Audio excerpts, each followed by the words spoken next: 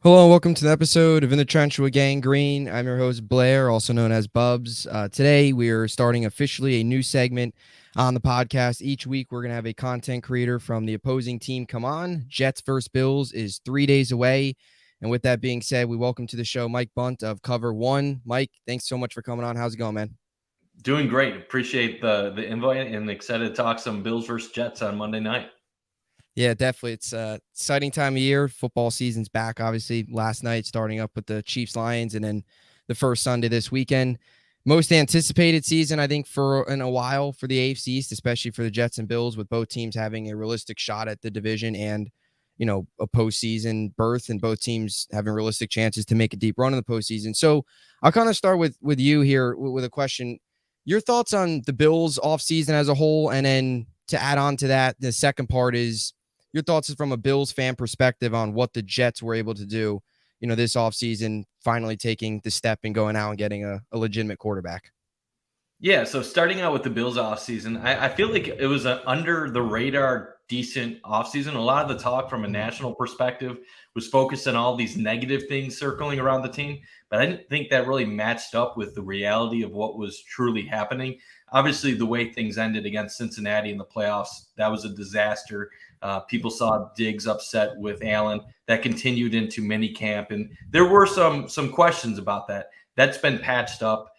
Really don't think that's much of an issue anymore. As far as how did they address their roster, they didn't really have a ton of cap room, so they had to let guys like Tremaine Edmonds go. But one thing the Bills did a really good job this offseason was adding depth and improving their offensive line and skill weapons. So they brought in guys like Connor McGovern, the other Connor McGovern, to be their left guard. Yep. They drafted Osiris Torrance to be their starting right guard, brought in Dalton Kincaid to be basically tight end 2, but really their slot guy in 12 personnel.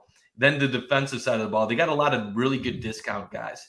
Taylor Rapp, the starting safety from the Rams, Puna Ford, D tackle from the Seahawks, and then Leonard Floyd came in late as a defensive end. That'll help them get by until Von Miller is back. So there are a few questions at right tackle and middle linebacker, but as far as the team is concerned, I think it's going to be similar to what we've seen in recent years. Now, from a Bills fan perspective, watching the Jets this offseason, I definitely have a lot more respect for the Jets going forward now that they have Aaron Rodgers part of their roster. There's a big portion of Bills fans that have been down talking his impact, mostly saying, well, he's a 40-year-old quarterback coming off one of his worst seasons. We shouldn't be scared of him. But I don't believe that. I think the Jets are a contender, and I think they do have the capability of winning the AFC East and taking the crown from Buffalo. So I think that's what makes this season opener for both teams so exciting, because the Bills are trying to shut the naysayers up that have started to doubt them and spread that doubt, while the Jets are trying to show the world that they are what everyone is proclaiming that they could potentially be. So I do think these are two playoff teams that are hitting the field on Monday night. Yeah, for sure. And as you mentioned too, with the Aaron Rodgers stuff, where he did have a down year last year, but it's funny from a Jets fan perspective. It's like, even if he goes out there this year and puts up 26 to 28 touchdowns and 8 to 10 interceptions, which last year had 12, like that would still be a huge season that we haven't gotten in forever because the quarterback play has been so poor. But I wanted to go back to a couple points that you made with the Bills roster, starting with the offensive line. What is your overall thoughts on, the offensive line going into week one, as you mentioned, with some of the new additions? Yeah, I feel solid about the group, but that doesn't mean it's going to play out that way. There are questions of how they're going to look all together. One thing that needs to be noted, Roger Saffold last year at left guard was horrendous. He was one of the worst guards in all of football. And that's what caused a lot of the issues for the Bills in the playoffs against Cincinnati. Was it's bad enough that Spencer Brown was getting killed last year at right tackle, but then you have interior linemen just getting beat on a regular basis. Josh had nowhere to go. He, at least if in this current situation where you have Connor McGovern as your starting left guard, you should have good enough pass protection where if there is a liability at right tackle with Brown, Josh can step up into the pocket and still make things happen. When it was coming from the inside and the outside, made it pretty tough for Josh to get things done. But overall, we'll just have to wait and see really with this Bills offensive line. They're solid at left tackle. We know at with Deion Dawkins what we're going to get. Mitch Morse is a decent center, but McGovern, Osiris Torrance, how are they going to mix? They were good in the preseason. Hopefully for Bills fans, it continues into the regular season. And then Spencer Brown. That's probably the biggest liability going into the season on the entire offense for the Bills right now. The confidence among fans and media is not high in him. I know the Bills think otherwise, but he'll need to prove it before the fan base believes in him. Yeah, it's interesting because when you look at like both the Bills and the Jets offense line, they're similar because, the Jets, and I'm sure you know this as well, where they went through a lot of different combinations this training camp and finally healthy, where you got your tackles in place with Dwayne Brown at left and then Becton at right. And it seems similar, like maybe on the outside view, from a league-wide view, it doesn't seem great for both teams, but from a fan's perspective, it's like I feel confident in the Jets offense line, and obviously you do as well in Buffalo. So it'll be an interesting matchup to see how both defensive lines go up against each other. I also wanted to touch upon one of your other points that you made too with both tight ends, and if you could expand a little bit more on Dalton Kincaid, because he was obviously coming out of Utah, an exciting draft pick, and you mentioned a lot of 12 personnel. Should we expect a lot of 12 personnel coming up on Monday night? And how do you see, do you see a role where Dalton Kincaid could potentially jump Knox as the tight end one by the end of the year, or do you think they'll just run him, like you said, in the flexes, 12 personnel? Yeah, so I definitely think it's possible that Dalton Kincaid at the end of the year could be what you consider the number one tight end, but I don't know if it really matters who's one, who's two. Kincaid is going to be focused primarily in the slot. He's going to be more of a receiver this year than anything else. Yes, he'll play in line and he'll make an impact at times doing that as well, but he's going to be more of a primary receiver. The Bills really struggled in the middle of the field last year without Cole Beasley being part of the mix. So much so that they actually added Cole Beasley out, bringing him out of retirement late in the season, and John Brown trying to salvage something. But they really lacked a playmaker that could take advantage of things in the slot. They went into the year hoping Jamison Crowder and Isaiah McKenzie would be able to split those duties. Crowder got hurt early, never really took off in training camp, and then got injured a couple weeks into the season. And Isaiah McKenzie was just a tremendous disappointment, never really elevated from being the gadget guy to being the slot guy. So now this offseason, you bring Dalton Kincaid into the picture. There's Deontay Hardy, who's a speed and a yak guy from New Orleans. They still have some extra depth with Trent Sherfield and Khalil Shakir. We'll see what their roles are, if they are really involved in the passing game or not. But will we see a lot of 12 personnel? I expect it.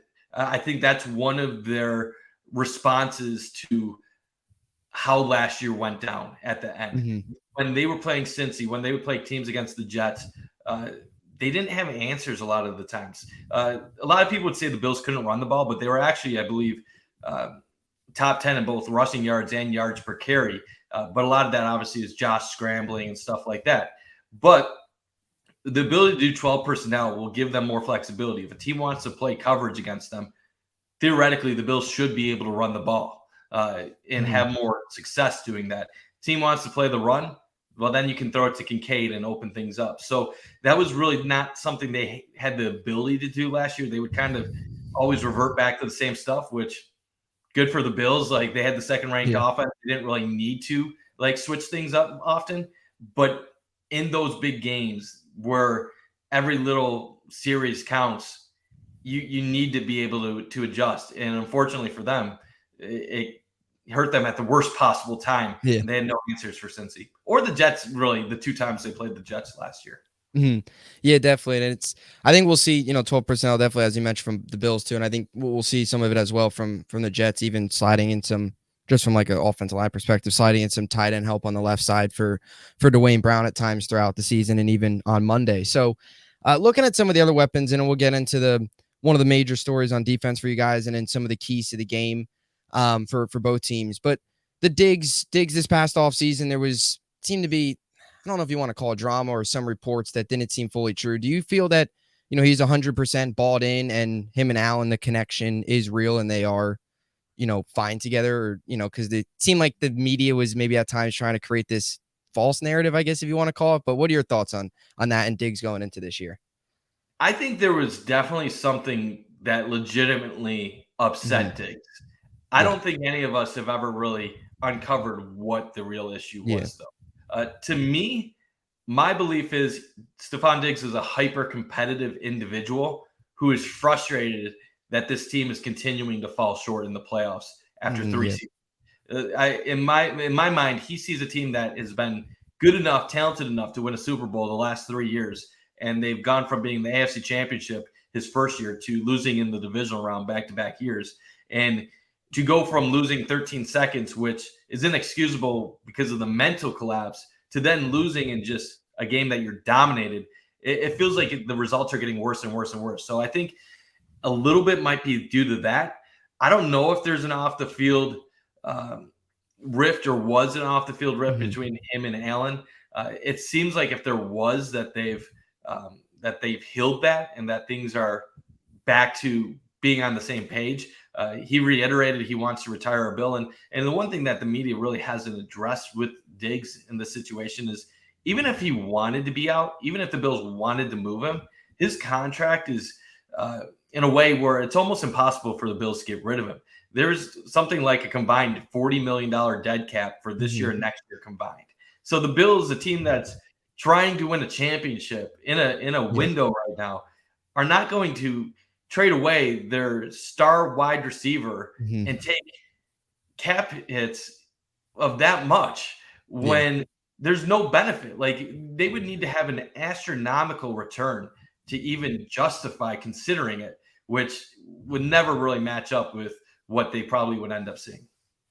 Yeah. It was definitely interesting because it was kind of, I feel like it just kind of popped up during the offseason a little bit out of the middle of nowhere, and then it is certainly something to follow. But I agree. I think he'll stick around, and I don't, with the whole cap hit, as you mentioned, it makes it a little bit more complicated. So, kind of shifting over from the offense to the defense for the Bills. One of the big pieces missing week one in the first couple weeks will be Von Miller. How does that affect you guys, and what is some pieces to look out for as guys that are going to have to step up in his place?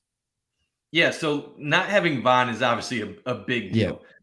Miller's told the media that he had his knee cleared and that he actually is good to go, but there wasn't enough of a ramp up period to Mm-hmm. be cleared.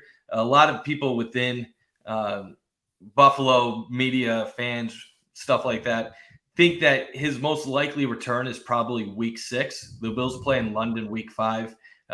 So probably not likely he'll return for that game. But it's obviously a big noticeable downgrade when he's not out in the field. I believe the numbers last year, I would have to look this up exactly, but when he was playing, they had a top 5 pass rush. I think it was third in the Yeah. league. When he wasn't playing, they dropped down to the middle of the pack overall. Now, I do feel confident in the Bills' defensive line overall. It is a good unit. Like obviously, not having Vaughn is a big loss, but Greg Rousseau is entering his 3rd year. He probably would have had double-digit sacks last year if he didn't miss some time. And then now you add Leonard Floyd to go across him. You got 2 solid defensive ends. You have Ed Oliver, Daquan Jones in the middle. So theoretically, their line should be good. When healthy, they should still be no worse than a top 15 unit. I think even without Vaughn, they're probably around that top 10 mark. But Vaughn is the difference from this line being potentially elite to this line being good, Yeah. maybe middle of the pack.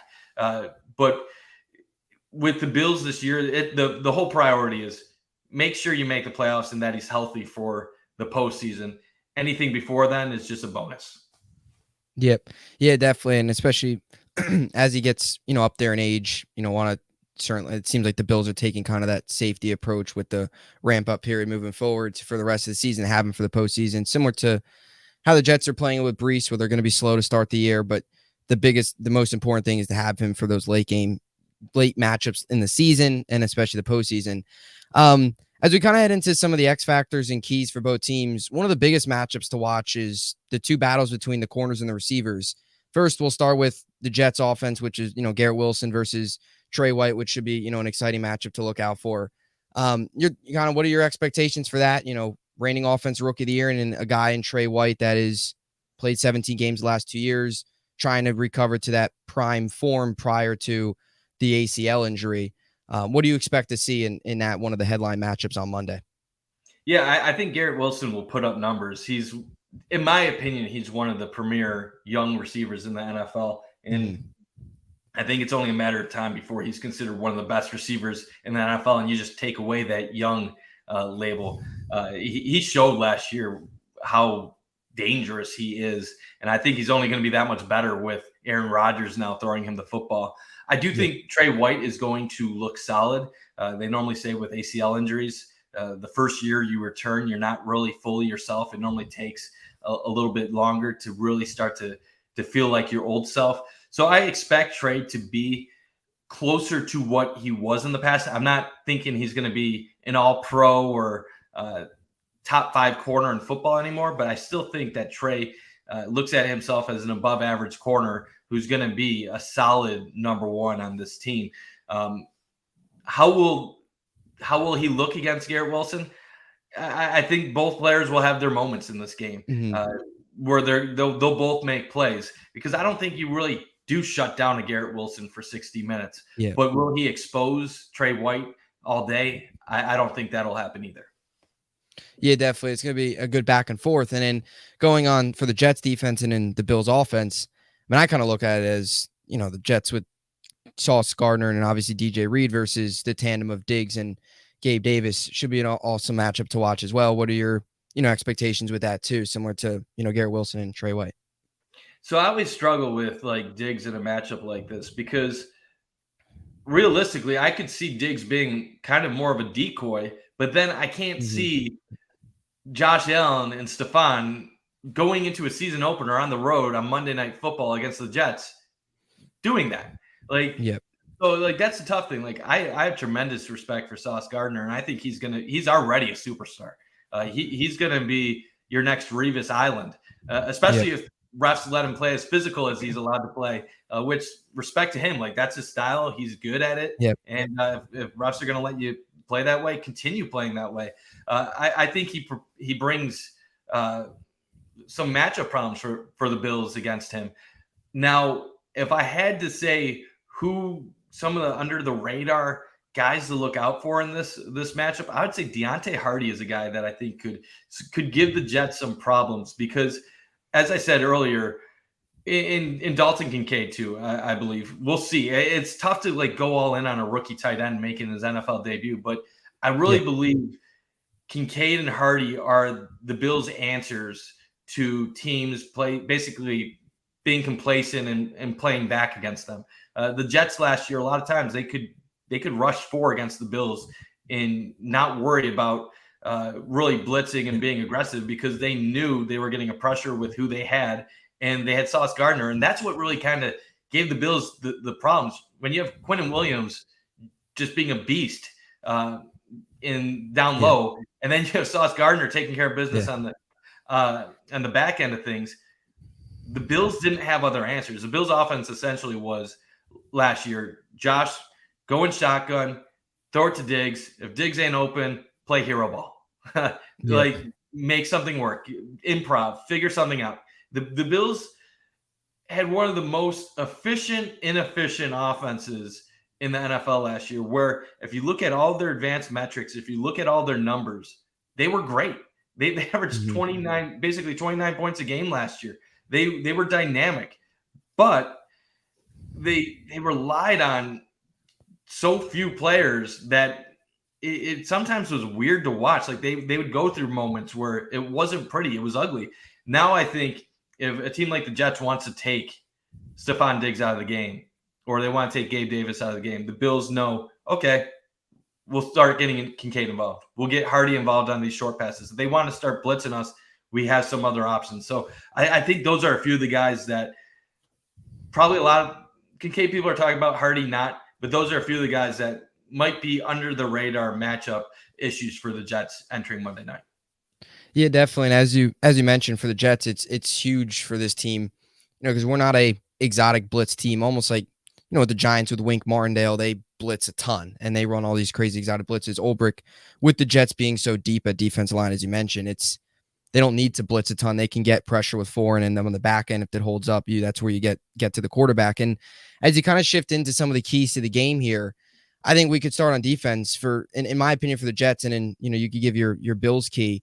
I think for the Jets, key to the game on defensively is getting to the quarterback. And I think last year when we beat when the first time we met in the 2017 win, we got 5 sacks on Josh Allen, 8 quarterback hits. The next time we played in Buffalo, the pressure dropped. I think we still had like 3 sacks, but the quarterback hits wasn't as high, and the pressure rate wasn't as much. So I think you got to get to the quarterback. As when we generate pressure on the backside, it holds up. That's where we, as a defense, dominate, because our defensive line rotation, which is legitimately 10 deep, where you have 10 guys that you could fully trust, getting to the quarterback is huge. What do you feel for the Bills defensively is going to need to be done to stop, a Jets offense that has high expectations? Yeah, so I know this is oversimplifying it, but I would say the same thing. Like, pressure is going to be very important. When you're going up against a Hall of Fame quarterback, and then the Jets going up against an MVP candidate quarterback and Josh Allen, you need to get pressure. If you don't get pressure, you're going to be torn apart. Both of these are very good defenses. So we know if they're able to get pressure, that's going to create nightmares for both quarterbacks, especially with some of the players in the secondaries that we're going to see on Monday night. I actually think this is going to be more of a defensive battle on Monday night than offensive game. I know everybody's looking at the quarterback matchups and they're thinking 30-27, something like that. Mm-hmm. I think this is more of like a 24-21 type contest, because if the Jets do what they've done in the past and the Bills do what they've done in recent years, they're not going to give up explosive plays. They're going to have the guys play in front. And if last year and the years before are any indication, they'll be saying, let's have our front four get pressure, and then if they can get to the quarterback, our secondary is going to cook for both teams. So it's really get that pressure, cause quarterbacks to have some problems, and then if that's not the case, are you going to send guys? Are you going to send exotic blitzes? I know there are some people wondering how Sean McDermott is going to run the Bills defense. Now he's the play caller. This is the first year Sean McDermott has called the defensive plays for the Bills. Leslie Frazier is no longer here. Will they have a less vanilla looking defense? Not that they haven't been very effective defensively. They were number 1 in the league 2 years ago in yards allowed, points allowed, third down conversions. And last year they were among the top teams in a lot of those categories too. But does McDermott throw in some wrinkles? Will there be surprise blitzes or disguised things that he introduces that the Jets haven't seen before? I think that is to be expected on some level, but will it be enough to cause problems for Aaron Rodgers? Who knows? Yeah. It's going to be really interesting, with how things play out. But you brought up a great point about, Leslie Frazier leaving. You want to just quickly provide some of your thoughts on that before we head over to the defense side of football. How do you see that affecting this Bills defense with Leslie Frazier now gone, and obviously McDermott taking over the play calling? Yeah, so I was really supportive of Leslie Frazier throughout the years. I think the fan base started turning on him after 13 seconds against Kansas City, when they couldn't hold on to that lead late. And then to have the playoff dismantling against Cincinnati, I think that really rubbed a lot of fans the wrong way in Buffalo. I don't put that all on him, but I do think what you're going to see from the Bills now is more aggressiveness moving forward. I also think one thing the Bills really took away from last year was that they didn't have enough depth at key spots. When they lost Von, their entire pass rush went away for the most part. And then in the playoff game, Daquan Jones was out against Cincinnati. He had one of the best double team win rates in the league last year. Jordan Phillips, another D lineman, was playing with a torn labrum. So when Von was out, the Bills started blitzing double the amount they were blitzing before when Von was healthy. They went from like around 10% to 20%. Not exact numbers, but like right around those marks. So it was clear the Bills didn't think they could get it done without Von to that level. Now they have some guys back. You have Floyd in the mix, like I said. You have Daquan Jones healthy. I think the primary difference we're going to see with Frazier gone is that they're not always going to just be sitting back. They're going to want to be aggressive at times. Mhm. And the reason why it's hard to predict is I don't think it's going to be drastically different.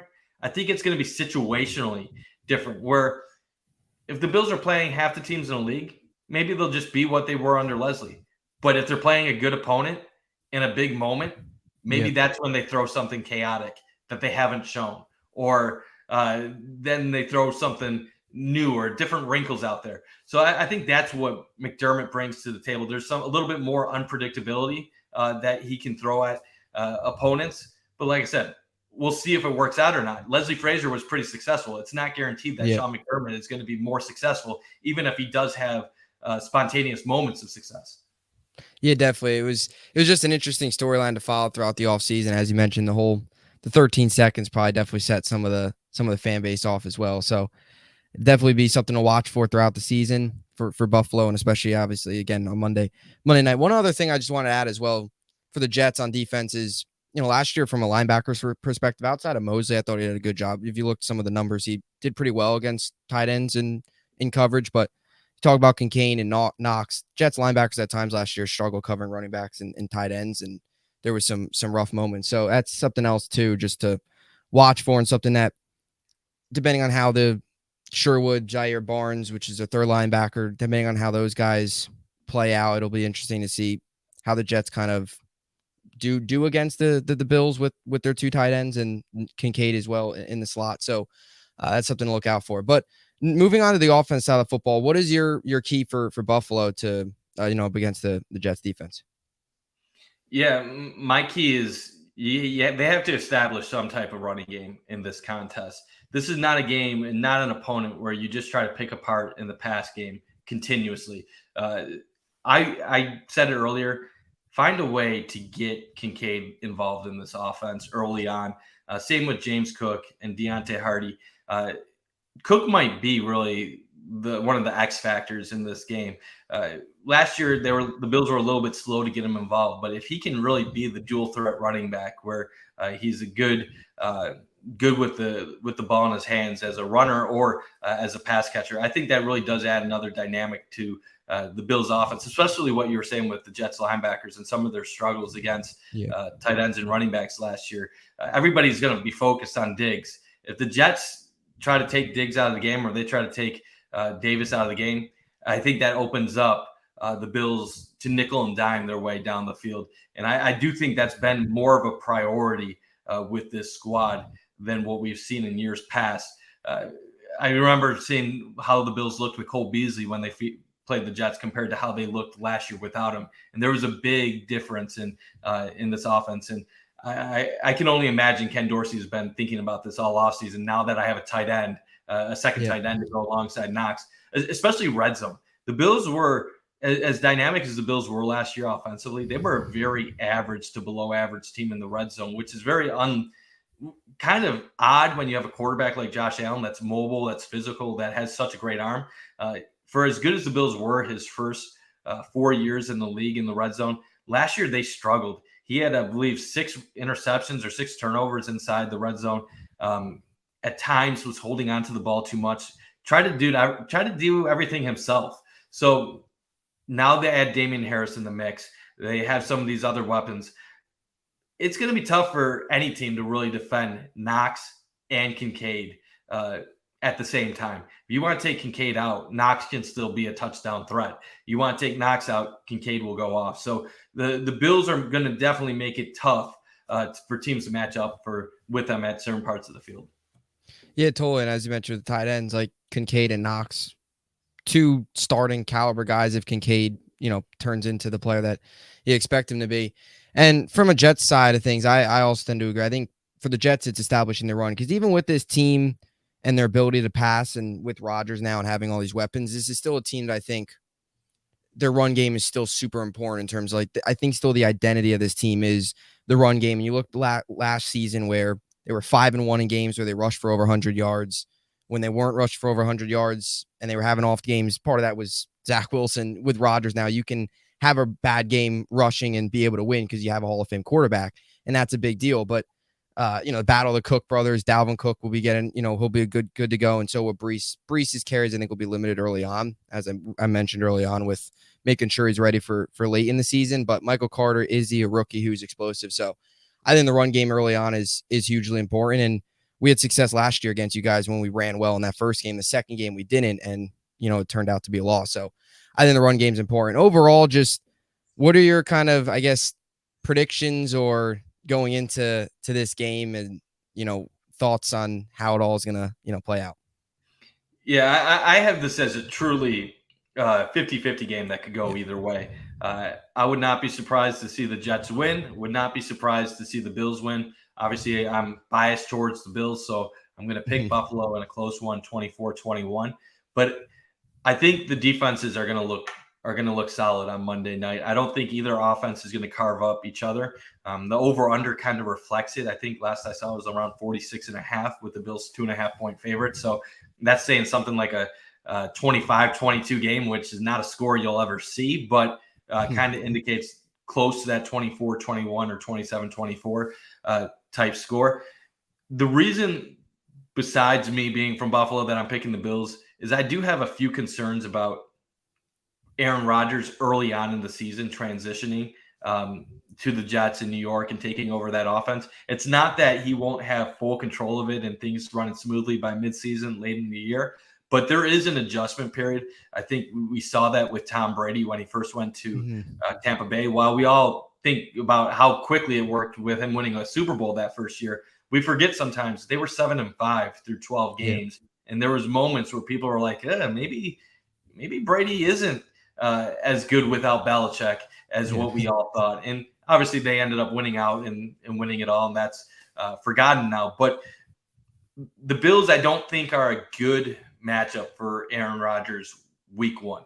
If I was a Jets fan, I would probably have wanted maybe a little bit weaker defense, because what the Bills have historically been able to do with Sean McDermott early on in the year is they've been able to basically just jump out on teams. They've had some season opening losses, but for the most part, the Bills are dynamite in September. That's when they've made their offseason adjustments. They've done their homework on other teams. They're normally ahead of the trends that the NFL is thinking or going towards.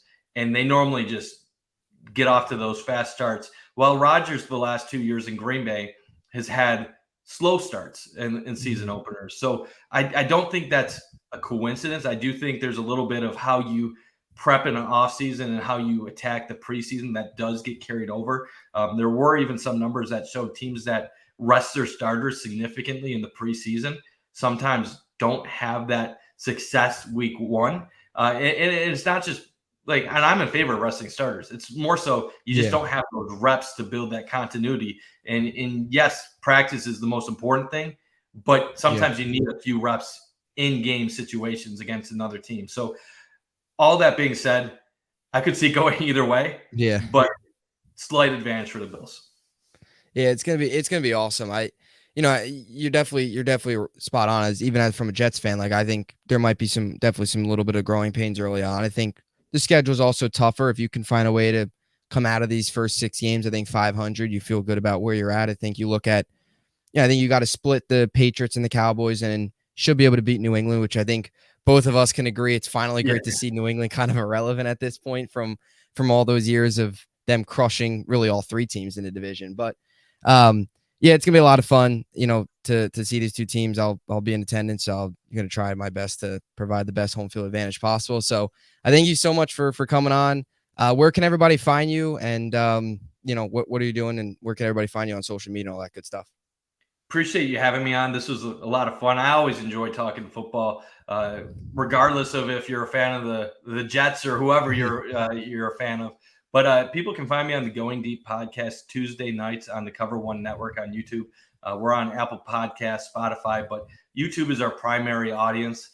We have a live chat every week. It gets pretty active, a lot of fun. Myself, you can find me on Twitter at Mike_Bundt, our co-host Kevin Masseri. So it's always a lively show. We had a good preview this past Tuesday with a quality Jets guest. So encourage anybody, whether you're a Jets fan or a fan of another team, to check it out. We just love talking football. Yeah, definitely. It's great analysis from you guys, and I always like to watch content from other teams in the division, especially on, games coming up with, to kind of get a better understanding of what to expect going into the game and, what to watch for. So appreciate you coming on. To all the listeners out there, I'll have also another preview up too on Sunday, breaking down some of the other keys as well. So stay tuned for that. And I appreciate you all coming on, or appreciate you coming on. Appreciate you all for listening. And until next time, thanks for watching.